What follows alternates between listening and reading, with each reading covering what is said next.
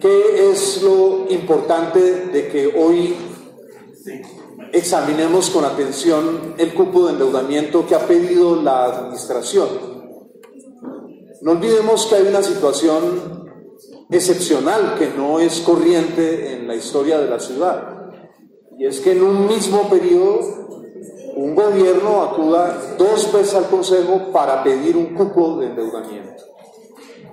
En las condiciones que está viviendo actualmente la economía del país. Cuando se discutió el plan de desarrollo, recuerden ustedes, colegas, y para las personas que siguen esta transmisión es muy importante aclarar que desde varios lados le dijimos a la administración: hay que tener mucho cuidado con el hueco de financiamiento que trae el plan. Eso fue advertido en su momento. No es una cosa que la administración diga ahora: esto me sorprende, me ha pasado por una razón excepcional. El plan desde el inicio estaba desfinanciado en 33 billones de pesos, lo cual es una cifra muy grande. ¿Por qué era tan alta la cantidad de recursos inciertos? Porque la administración confiaba una parte grande, más de 13 billones, en alianzas público-privadas, que yo ya en el gobierno anterior llamé alianzas de pura paja. Porque varios gobiernos han acudido a alianzas público-privadas y al final no recogen la plata. Eso quedó mal diseñado desde el inicio en Colombia. Eso es una realidad. El anterior gobierno, ¿cuántas alianzas público-privadas prometió? ¿Y cuántas funcionan realmente hoy? Una, la del Campín, que hubo que además volver a rehacerla. Y no es hacer de nuevo el Campín, ojo a eso. Son reformas estructurales al Campín, porque el caparazón lo van a utilizar y le van a poner una cobertura bonita y ese tipo de cosas. Venta de acciones y transferencias de la nación para el metro, que todavía no están comprometidas. Y el reloj avanza a una fecha que es clave, que es en noviembre entra a operar la ley de garantías. Pero además la cifra ha seguido creciendo. Ya no son 33 billones de huevo, son 35 billones de pesos. ¿Por qué razón? Porque la misma administración, cada vez que viene al Consejo, incrementa, por ejemplo, el costo de una obra, la troncal de la séptima. Ya voy a mencionarlo. Recordemos que al anterior gobierno le increpábamos porque nunca tenía claras las cifras, pero resulta que ese mismo síndrome se está repitiendo en este gobierno. Luego, Santos Pinocho. Es que ese es un lío muy complicado, un gobierno nacional que promete. El gobierno nacional, a través de la entonces ministra de Educación, Gina Parodi, le dijo a la ciudad: señora secretaria de Educación, tenemos una cantidad de plata, vengan por ella, vengan acá al ministerio. Hubo sesión especial con el presidente. Traigo acá el video de Santos Pinocho, porque a mí no me gusta dar calificativos sin sustentarlos. Ustedes pueden observar en la pantalla la composición de las fuentes de financiación del plan. En color rojo, como advertencia, los 35 billones que hoy son inciertos.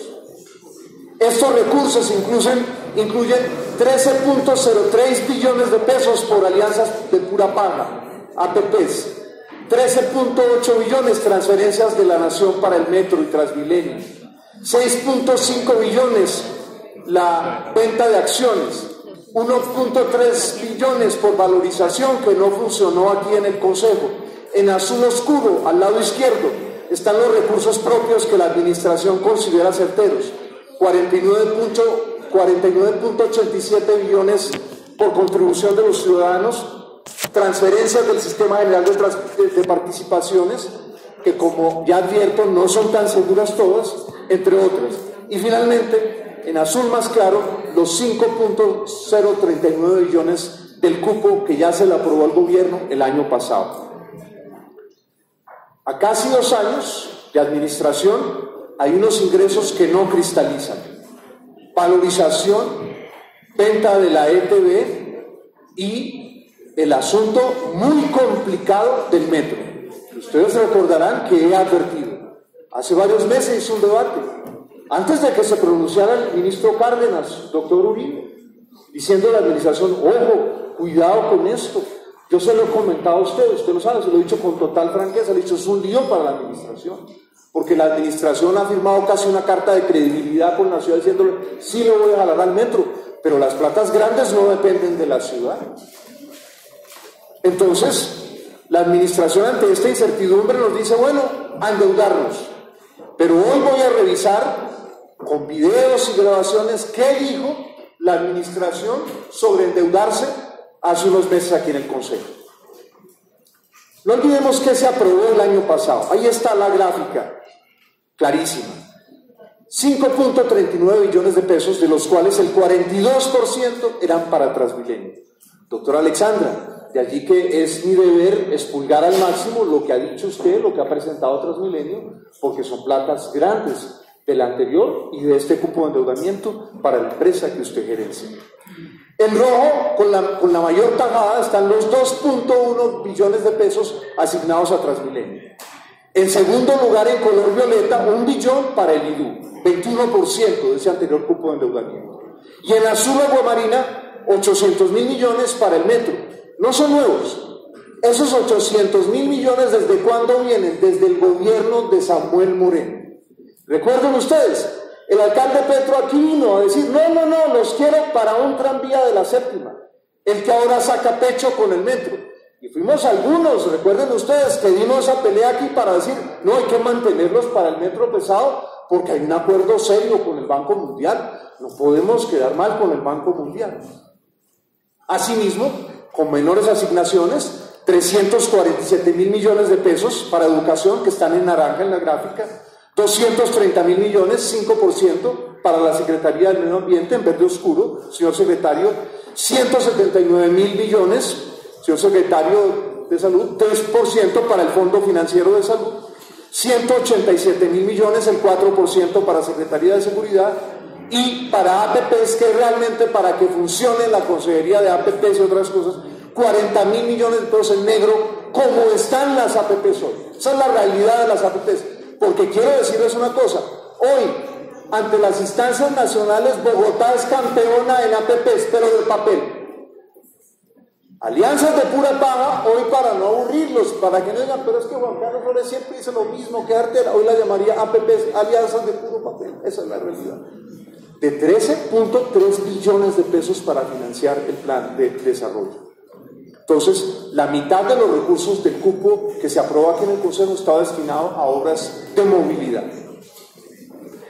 Este es el ranking de la baja ejecución, porque es muy importante que el Consejo reflexione. Los niveles de ejecución del anterior cupo son de apenas 13.4%. Yo he utilizado, doctor Carrillo, los datos del SECPLAN también. Porque no puedo valorar a la administración inventándome yo unas cifras, sacándolas de cubilete como un mago, no. Entonces, ahí que tenemos, es el ranking de ejecución hasta la fecha. La segunda columna tiene la ejecución de los recursos del anterior cupo, organizados desde el que menos ejecutó hasta el que más hizo. Y la tercera columna muestra el total de ejecución por entidad a junio de este año reportado en el SECPLAN. Entonces, en rojo pueden ver ustedes señaladas las entidades que hacen parte del nuevo cupo y tienen la menor ejecución del anterior. Las dos cosas a la vez. Mirar el viejo cupo, que no es tan viejo, el año pasado, y observar qué están pidiendo en el nuevo cupo. Transmilenio se lleva al primer puesto en baja ejecución. De 2 billones asignados, solamente ha ejecutado el 0.4%. En segundo lugar, la empresa Metro. 2.1 de ejecución, con el inmenso riesgo de que la nación haga pistola con la plata del metro. En eso yo no estoy diciendo una mentira, sé que la administración tiene en su interior esa preocupación. En tercer lugar, la Secretaría de Medio Ambiente tiene 230.000 millones asignados, ha ejecutado 8.740, 3.8 de ejecución. Finalmente, el IDU, señora directora, tenía recursos por 1.7 billones en el cupo de endeudamiento que le aprobaron el año pasado, pero a la fecha solo ha ejecutado el 22.5%. Como he advertido esto, pues puedo darme el lujo de volver a decirlo, porque si no sería sabiondo después de los hechos. Usted recordará que insistí desde el comienzo, también en el anterior gobierno, sin una reforma a fondo del IDU, las buenas promesas en obra siempre se van a quedar colgadas en la ejecución. Es decir, ¿por qué aquí hay personas que son de Antioquia, incluso en el propio gobierno distrital? ¿Por qué Medellín ha producido unos resultados que nos logró adelantarnos cuando nosotros tuvimos un liderazgo hace 2 décadas? Porque reformó algunas instancias para producir resultados, claramente en términos de obra pública. Claro, hay problemas también en Medellín, hay obras públicas que la gente dice no quedan bien hechas, pero en general Medellín dio un empujón grande en producción de obra pública. De manera que, señora directora del IDU, por ejemplo, una de las obras, la de la séptima, la veo muy complicada sin una reforma a fondo del IDU. Es que si en un deprimidito nos vimos en problemas, ¿qué nos va a pasar con varios deprimidos a lo largo de la carrera séptima? Una vía donde en el caso de redes ni los vaquianos saben en muchos casos.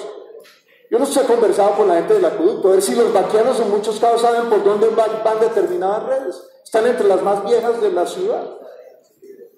¿Cómo justifican lo que están pidiendo? Eso es muy importante. Entonces, la administración está pidiendo 2.4 billones adicionales.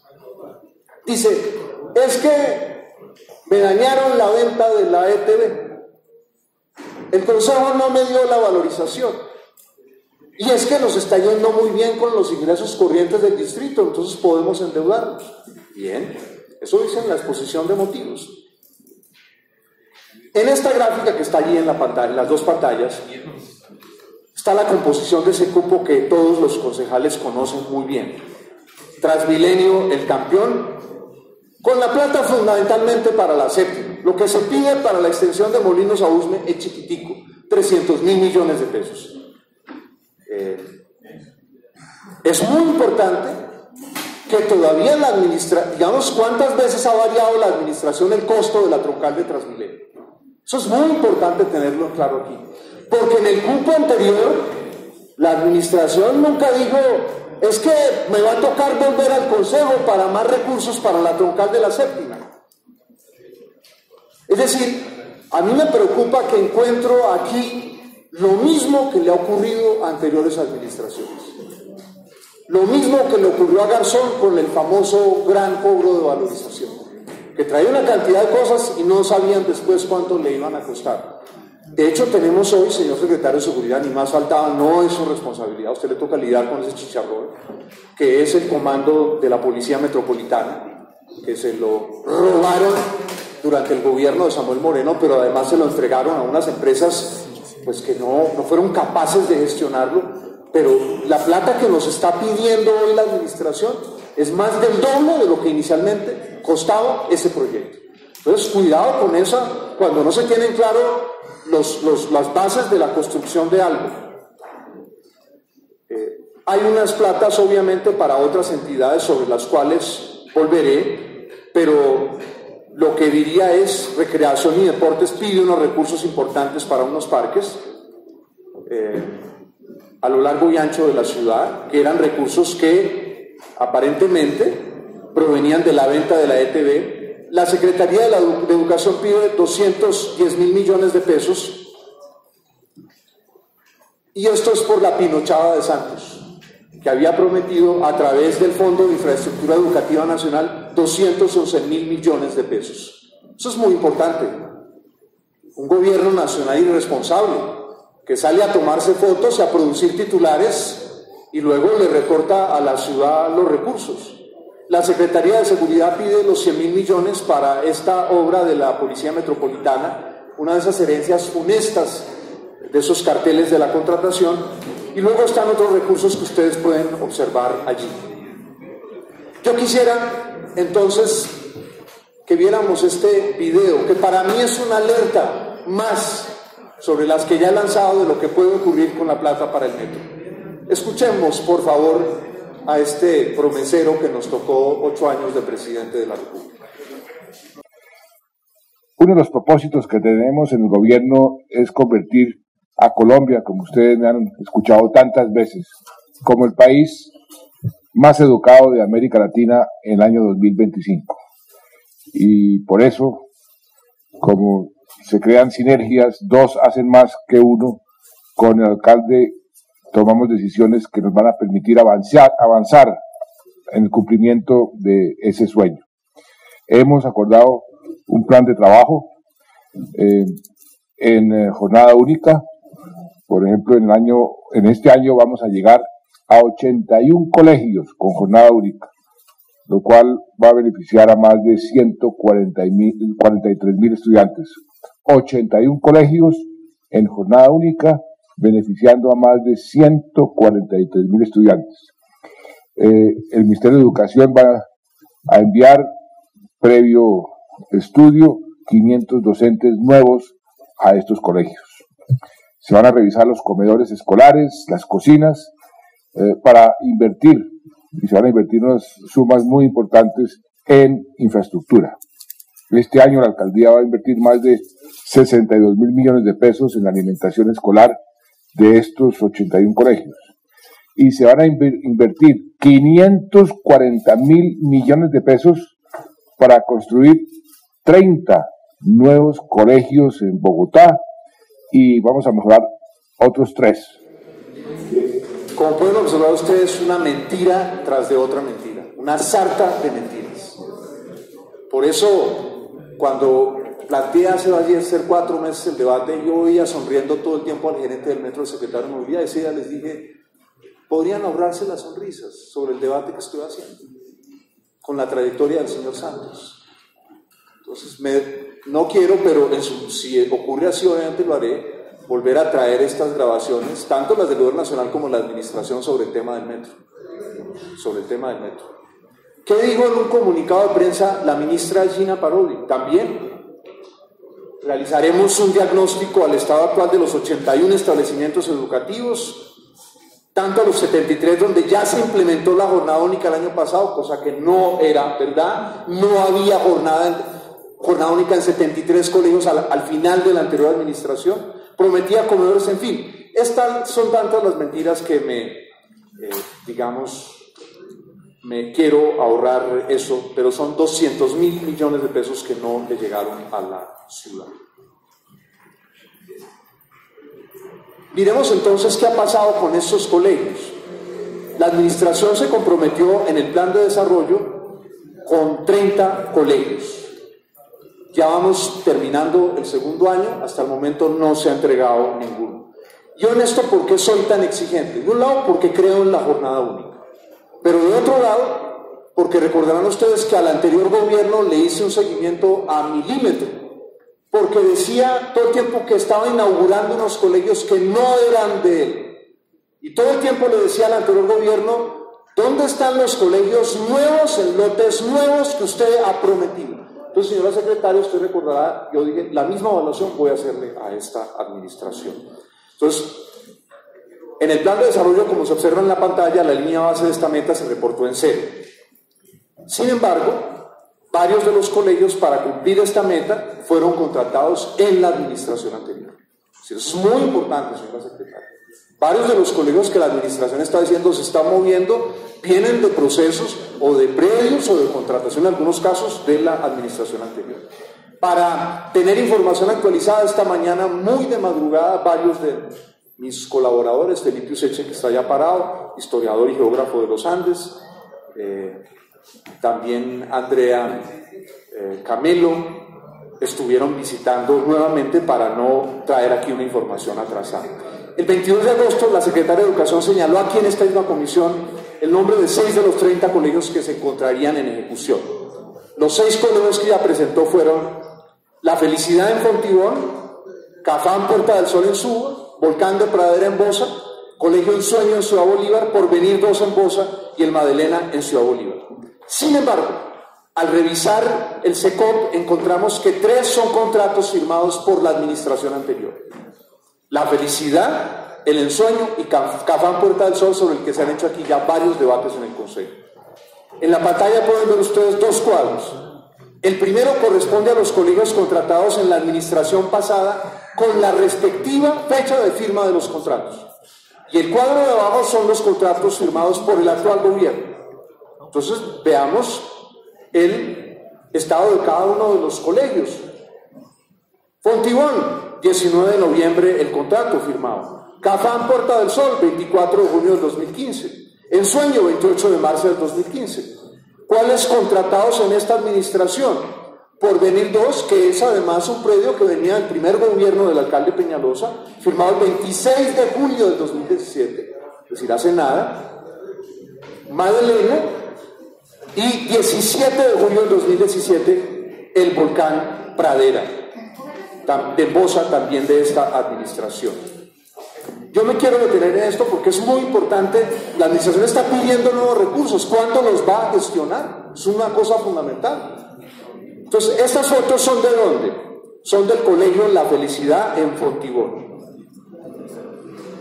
Valor del contrato, más de 21.000 millones de pesos. El contrato se firmó el 19 de noviembre del 2015. El inicio de la obra fue el 19 de noviembre del 2016.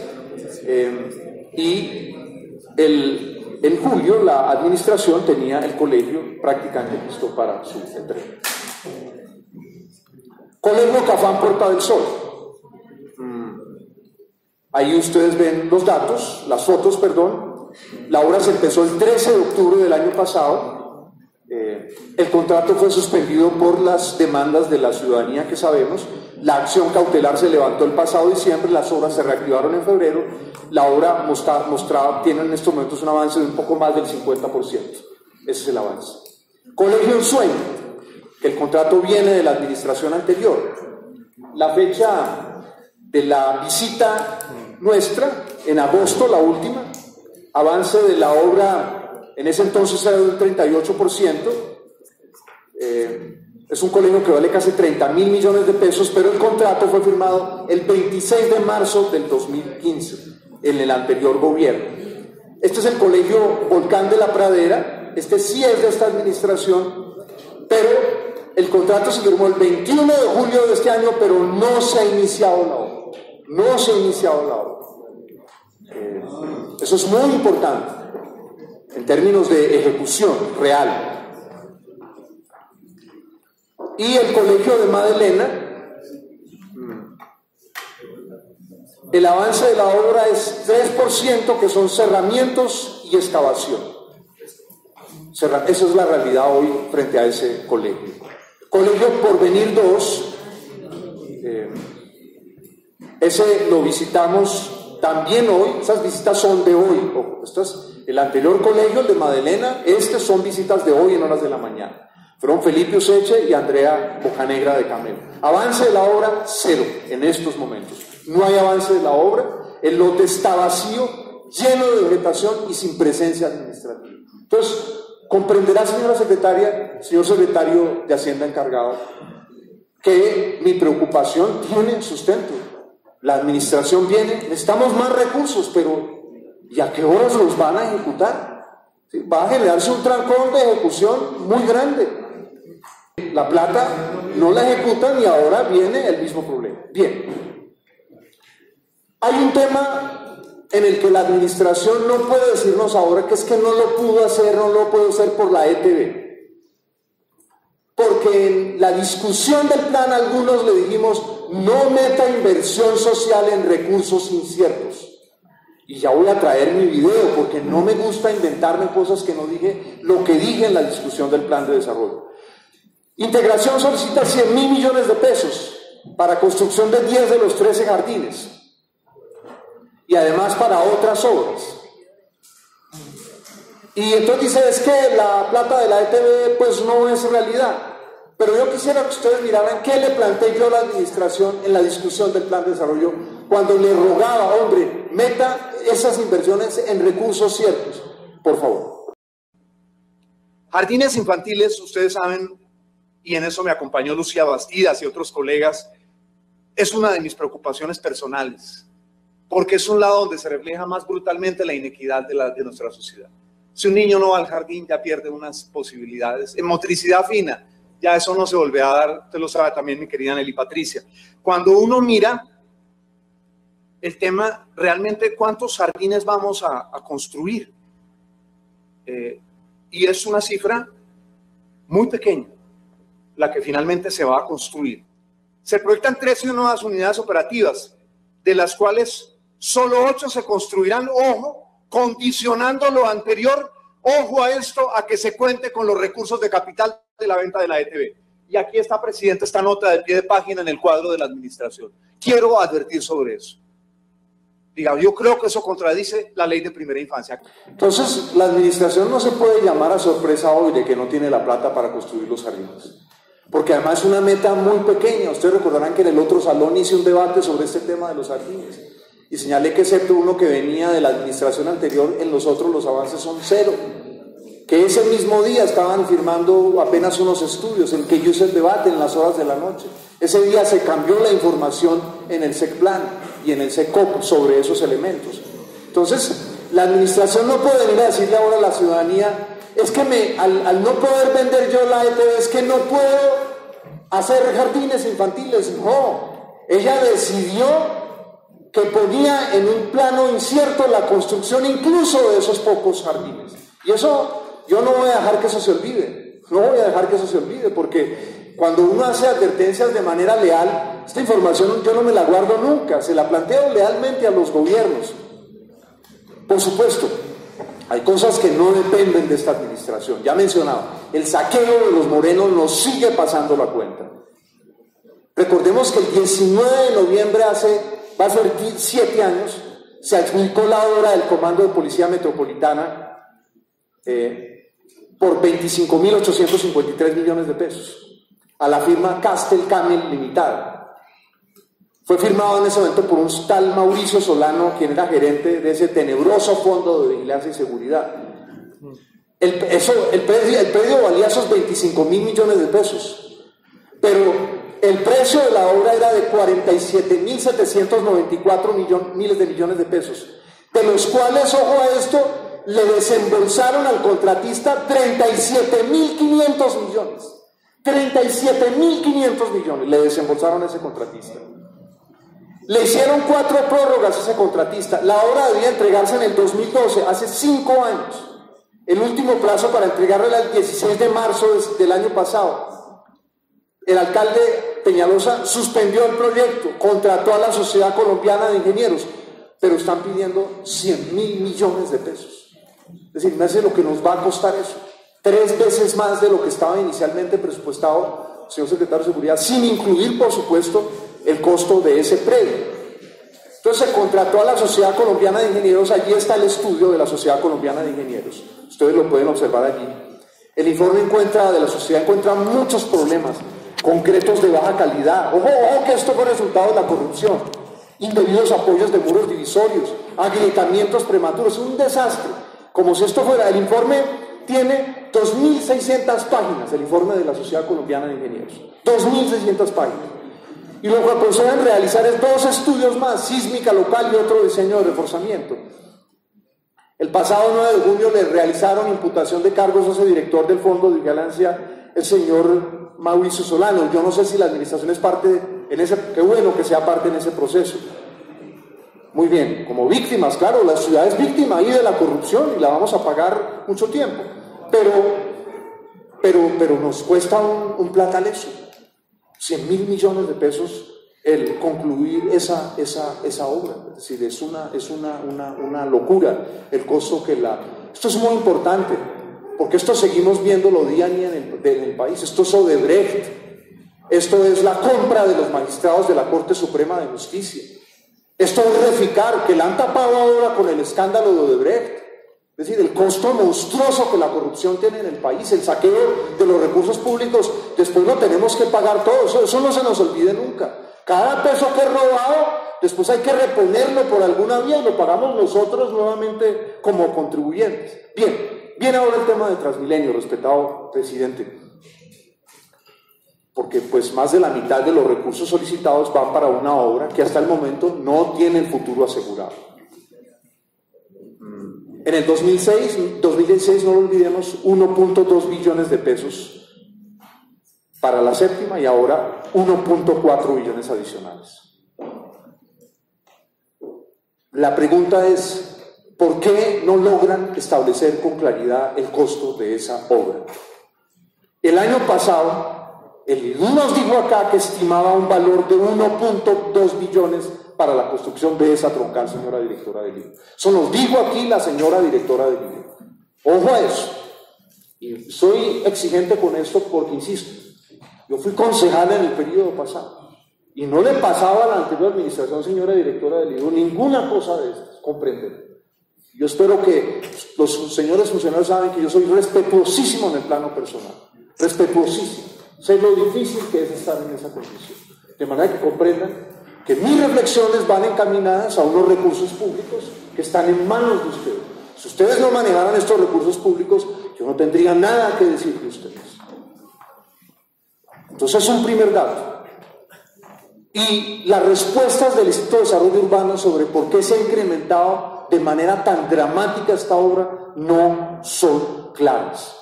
Lo único cierto es que los estudios y diseños para este proyecto aún no han sido entregados y que tienen fecha hasta noviembre de este año para hacer una realidad. Entonces, colegas, otra vez el Consejo va a girar un cheque cuando no está claro sobre qué en concreto se gira ese cheque. Continúo con datos concretos. Y es ya 2 años, respetados miembros de la administración, el actual gobierno no ha contratado ninguna gran obra de envergadura.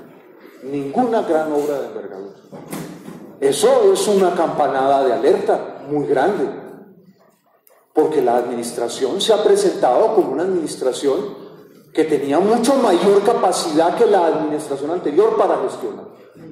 Yo creo que todo el mundo debería aquí prender las alarmas, por supuesto, mucho más el gobierno y por supuesto más aún quienes pertenecen a la bancada mayoritaria que ha respaldado al gobierno y le ha girado todos estos recursos. Pero yo no me puedo quedar callado porque sería desleal con la ciudad.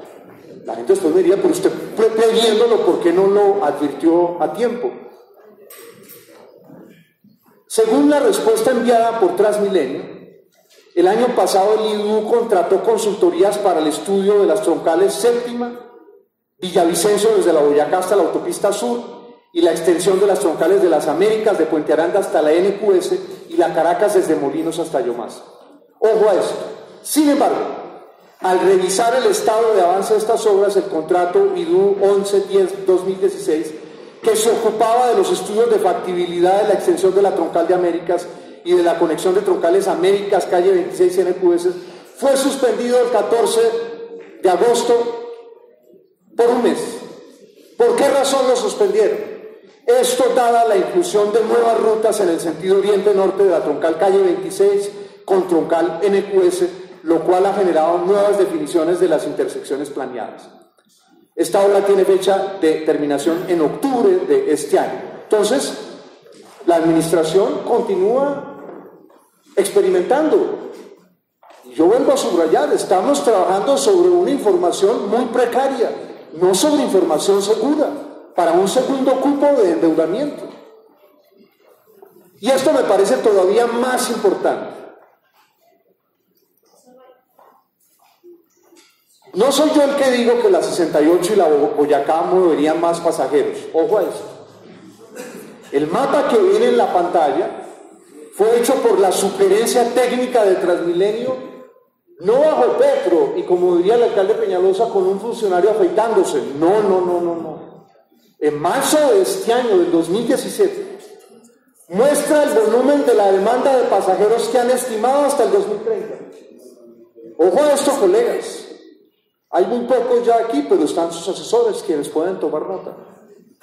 En otras palabras, esta es una herramienta de planeación para saber qué troncales se echan primero y cuáles después.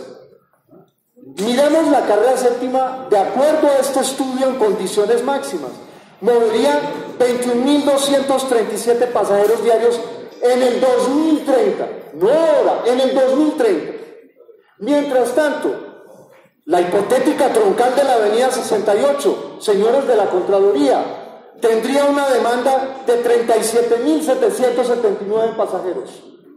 Y la de la avenida Boyacá, 32.916 pasajeros. Avenida Boyacá, que fue suspendida por esta administración. Entonces comprenderán ustedes que tengo razones de peso para estar tremendamente preocupado por el incremento, el más del doble de una obra, la troncal de la séptima, sin estudios claros hasta este momento, cuando las mismas herramientas de planeación diseñadas por Transmilenio señalan cuáles serían las troncales prioritarias. Para la troncal de la Boyacá, según estudios de Transmilenio mismo, hay por lo menos, señores de la Contraloría, 7 estudios. Ustedes iniciaron una investigación sobre el metro. Aquí hay unos estudios, señores. ¿Qué estudios son? Para ayudarles en su trabajo, señores de la Contraloría. Estudios de suelos, estimaciones de demanda, parámetros operacionales y diseños. ¿Por qué no se le da prioridad a esta troncal? Yo respeto a las personas que defienden esta administración, pero me sorprendería una defensa ciega sobre un tema de esta dimensión y con estos datos graves que estoy planteando aquí. Y por eso puedo decirlo con claridad: la troncal de la séptima, para hacerla ya, es un capricho del alcalde Peñalosa. Como en su momento el tranvía de la séptima era un capricho del alcalde anterior sin estudios.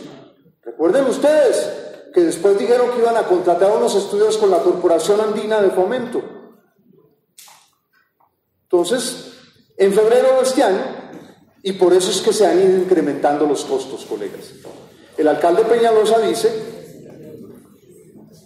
que esta troncal va a contar con pasos subterráneos.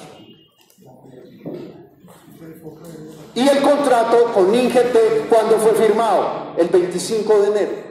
¿Cómo iba a saber el alcalde, cuando apenas había sido firmado el contrato con Ingetec, que la troncal de la séptima requería pasos subterráneos? Ojo a eso.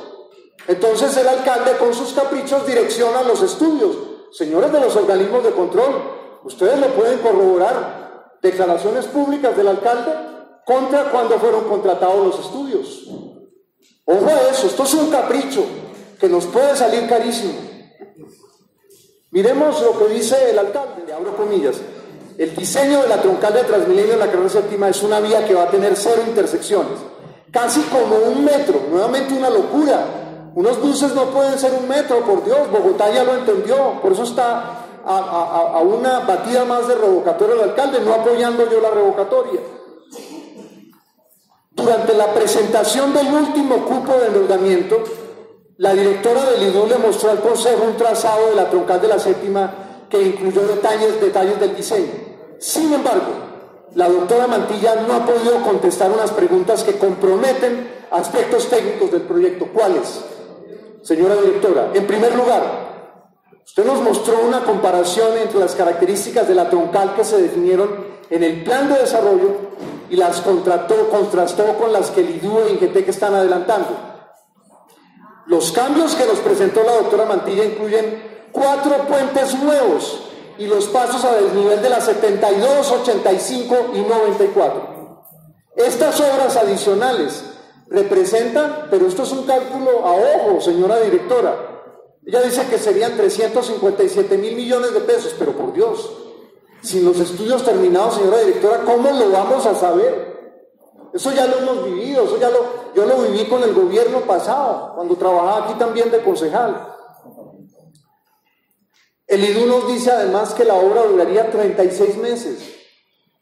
Hombre, eso no es serio. Hoy en la obra pública en el mundo han aprendido a incluir imprevistos y muchos más en el caso de Bogotá. ¿No recuerda usted, señora directora, el deprimido de la 94? ¿No recuerdan el lío que la metió el hecho de que no estuviera activada la planta de electricidad solo de ese deprimido? ¿Y eso que eso no lo había construido usted? En fin, lo que quiero subrayar, miren, yo he traído aquí varios ejemplos en otros debates. Traje aquí el ejemplo de la Filarmónica de Hamburgo, en Alemania. La empezaron en el 2007, se demoró casi 10 años. La proyectaron en 77 millones de euros y terminó costando 789 millones de euros. Una filarmónica en Hamburgo. Aquí lo traje otra vez. El metro de Hanoi tenía un presupuesto inicial de 552 millones de dólares. Comenzó a construirse en el 2011. y en marzo de este año apenas tenía 30% y ya va en 339 millones de dólares más de lo programado. Entonces, que la señora directora del IDU diga que eso va a estar en 3 años, hombre, eso no es serio, eso no es serio. Si el ascensor del IDU fue un problema varios meses, el ascensor del IDU, sí, es que eso son cosas reales, ¿verdad? Yo me pregunto si la Secretaría de Hacienda, señor secretario de Hacienda encargado, no está induciendo al Consejo a otro error.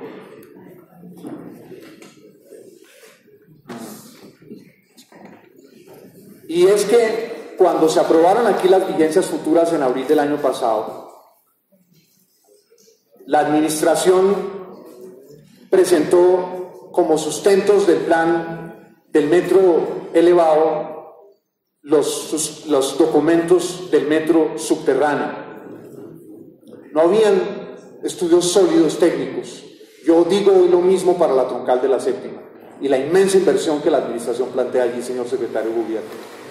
Usted sabe que soy responsable en eso. No me atrevo a decir cosas que no he investigado previamente con sumo cuidado. Hoy la administración no tiene fundamentos sólidos para decir que eso le va a costar la troncal de Transmilenio de la séptima y que la va a entregar en ese tiempo. Están actuando para satisfacer los caprichos del alcalde Peñalosa. Y más grave aún, en un claro detrimento patrimonial con relación a los estudios que se habían hecho para la troncal de Boyacá y con relación a los estudios de planeación hechos por el mismo Transmilenio, privilegian una troncal que es la tercera en demanda de pasajeros. ¿Y todo para qué? Para que el alcalde, como el famoso senador Onésimo Sánchez del cuento de García Márquez, siga recorriendo el mundo echando unos carretazos sobre un sistema que está hoy destartalado. Les recomiendo ese cuento de García Márquez, que conserva plena vigencia hasta el día de hoy. En la salud hay un tema que yo creo que no deja de preocupar, porque antes se hablaba de construir unos hospitales y otros por alianzas de papel. Pero el lío que tenemos hoy es este. Escuchemos a la señora secretaria de Hacienda el 16 de agosto aquí, por favor. La distribución propuesta recoge parcialmente lo que se venía estructurando por parte de las entidades de lo que se iba a ejecutar en relación con si llegaban los recursos de la ETB, y lo digo parcialmente porque no recoge en su totalidad, básicamente lo recoge parcialmente y no recoge sobre todo uno de los usos importantes que vimos antes, que es el tema de los hospitales, porque se está estructurando la posibilidad de hacer la financiación de los hospitales vía APPs. Entonces ese es un tema pues que viene estructurando hoy la Financiera de Desarrollo Nacional y pues nos corresponde mirar las fuentes de financiación que podríamos tener como distrito. Una de ellas es un posible desahorro en el FOMPET para financiar esas APPs. Yo llamaría la atención sobre 3 cosas. La primera es que hay un cambio de norte en los propósitos frente a la infraestructura hospitalaria de la ciudad. Lo segundo es que se sustentan en una cosa que, como he señalado, tiene un alto grado de improbabilidad. Ya voy a dar cifras de en qué van las alianzas públicas de papel de Bogotá que ha presentado la Nación. Y lo otro, colegas, esto merece la atención de todo el Consejo. Un posible desahorro en el FOMPET para financiar estas APPs. Esto es una cosa que requiere una discusión de fondo. Esto no es una decisión coyuntural. Esto tiene unos impactos importantes para el distrito. ¿Cómo está hoy el tema de las APPs que ha presentado el distrito a nivel nacional? Bogotá tiene 197 registros de APPs radicadas desde el 2008 hasta la fecha. El 52% ya fueron rechazadas y las otras 89 se encuentran en evaluación por parte del Departamento Nacional de Planeación. Y estamos a punto de terminar el segundo año de esta administración.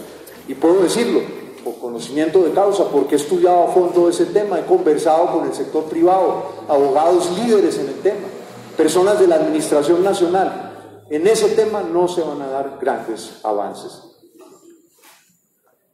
Aquí hay una cosa importante, y es cuando la administración vino con el tema de vender las acciones de la empresa Energía Bogotá, nos dijo que era que para que no tuviéramos que endeudarnos más allá de lo necesario. Ojo a eso, colegas. Entonces, yo quisiera que miráramos este video, porque es que la administración no puede venir a cambiar los argumentos cada vez que viene aquí al Consejo. Ojo a eso, colegas. Piensen en el empantanamiento que está el metro, y por eso el gobierno nacional feliz, porque al final le puede echar la culpa a la nación, como ya lo libreteó Cárdenas, cuando dijo, llamo la atención de la ciudad que aún no han firmado el convenio, como que si la administración estuviera dormida, cosa que sé que en ese aspecto no es cierta, no me consta, pero miremos este video. Porque hoy, si Bogotá fuese a endeudarse, fundamentalmente nosotros estaríamos endeudándonos a 10, 15 años, más o menos por tasas superiores al 9%, inclusive al 10%. Es decir, que hay un costo de oportunidad muy alto. Nosotros además tenemos que ser muy conservadores en términos de que aquí, en este marco fiscal de mediano plazo, lo que tenemos es una proyección de economía creciendo a unos niveles más o menos del 3.5%, digamos, en promedio, en el largo plazo. Esta es la señora secretaria de Hacienda en el debate de venta de las acciones de empresa de energía. Entonces ya no nos vamos a endeudar tanto gracias a esto, debemos ser conservadores. Pero ojo con el estimativo de crecimiento. En ese entonces era de 3.5. ¿Cuál es hoy? El crecimiento económico de Colombia del segundo trimestre de este año fue de 1.2%, el peor de los últimos 7 años. Las tasas de intereses para créditos bancarios están por las nubes hoy, según la misma superbancaria. Por eso el cambio en la tasa de usura. Hay entidades que están cobrando hasta el 30% por créditos a un año, y el promedio está en 19% de interés. Los créditos a 5 años están cobrando en promedio a 17.5. Miremos lo que dijo Juan José Chavarría, el gerente del banco, este año. ¿Qué dijo? La regla fiscal es muy exigente y el déficit fiscal estructural y no estructural debe ser del 1% en 2022. Por eso hay que reducir mucho el gasto. Hay mucha incertidumbre y no va a ser fácil llegar a lo que está presuponiendo la regla fiscal hacia el futuro. Hay una advertencia clara aquí que contradice las cuentas alegres que vino a hacer aquí en su presentación, señor secretario encargado de Hacienda, la Secretaría de Hacienda. Ahí están los datos. Juan José Chavarría, hasta donde yo conozco, no es ventríloco mío. Es una persona con una inmensa trayectoria. Antes de ser gerente del banco, fue miembro de la junta directiva y hoy es gerente del banco. Pero sigamos mirando otros datos de los dueños de la economía del país. Con una inmensa preocupación, esto ya es una situación sostenida. Si uno comienza a mirarle la curva de crecimiento del PIB en los últimos años, pues se queda, la verdad, bastante preocupado. Pues vámonos al 2014, crecíamos al 4.4, en 2015 al 3.1, en 2016 al 2 y ahora en el primer trimestre el 1.1. Es decir, está mostrando una tendencia a la baja. Es muy importante porque lo que hemos venido viviendo durante los últimos meses es una situación en la cual definitivamente se ha desacelerado el ritmo de crecimiento de la economía. Colombia había venido creciendo a niveles relativamente altos durante bastantes años. Se presentan una serie de factores en la economía y si quiero ahora vamos a profundizar un poco más en ellos. Entre ellos, digamos, la caída, digamos, en los precios del petróleo internacional, el incremento en las tasas de interés debido, digamos, a la política monetaria del Banco de la República para tratar de controlar la inflación. La economía viene sintiéndose el efecto de la desaceleración desde agosto del año pasado. En cifras de nuestras compañías, desde agosto sentimos el bajonazo y fue agosto, septiembre, octubre, noviembre, diciembre y todo este año. Este no es Petro en campaña en Barranquilla, este es Fachar. Y José Antonio Campo, un reconocido economista, le dijo al diario El País: el elemento negativo es obviamente que la demanda y la actividad productiva no van bien, como lo reflejan las cifras de comienzo de año, y que por ello el PIB va a crecer menos del 2% de este año, una cifra muy insatisfactoria.